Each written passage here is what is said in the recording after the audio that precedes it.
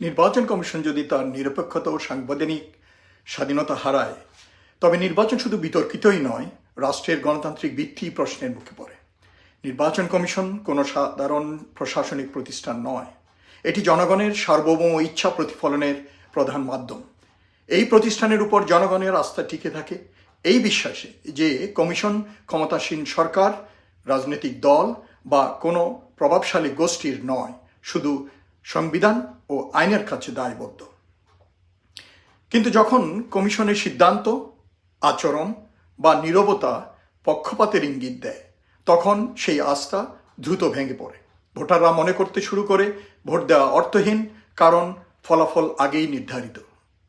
এর ফল শুধু ভোট কেন্দ্রে উপস্থিতি কমে যাওয়া নয়, এটি নাগরিকদের মধ্যে গভীর রাজনৈতিক উদাসীনতা ও হতাশা তৈরি করে।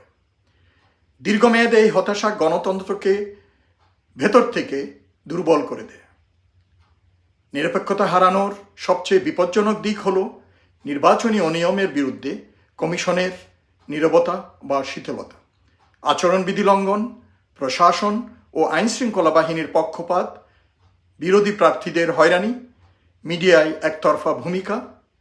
এইসবের বিরুদ্ধে কমিশন যদি কঠোর ও দৃশ্যমান ব্যবস্থা না নেয়, তবে নির্বাচন আর মুক্ত ও সুষ্ঠু থাকে না। তখন নির্বাচন কেবল একটি আনুষ্ঠানিকতা হয়ে দাঁড়ায়, ক্ষমতা হস্তান্তরের বৈধতা দেওয়ার একটি যন্ত্র মাত্র। আরেকটি গুরুতর সমস্যা হল কমিশনের ওপর নির্বাহী হস্তক্ষেপ। নিয়োগ প্রক্রিয়া থেকে শুরু করে বাজেট, জনবল ও মাঠ পর্যায়ের প্রশাসনের উপর নির্ভরশীলতা, এইসব যদি কমিশনকে বাস্তবে দুর্বল করে ফেলে, তবে তার সাংবিধানিক স্বাধীনতা কাগজে কলমেই সীমাবদ্ধ থাকে। শক্তিশালী রাষ্ট্রে নির্বাচন কমিশন ভয়হীন ও পক্ষপাতহীন ভাবে কাজ করে। দুর্বল কমিশন বরং ক্ষমতার কাছে আপোস করে টিকে থাকার পথ খোঁজে। এর আন্তর্জাতিক প্রভাবও কম নয়।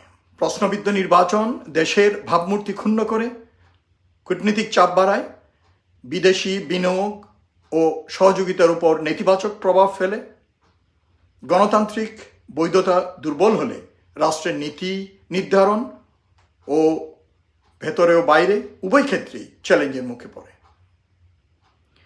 সবচেয়ে গুরুত্বপূর্ণ বিষয় হলো নির্বাচন কমিশনের নিরপেক্ষতা কোনো দলের পক্ষে বা বিপক্ষে থাকার প্রশ্ন নয়, এটি রাষ্ট্র ও জাতির ভবিষ্যতের প্রশ্ন।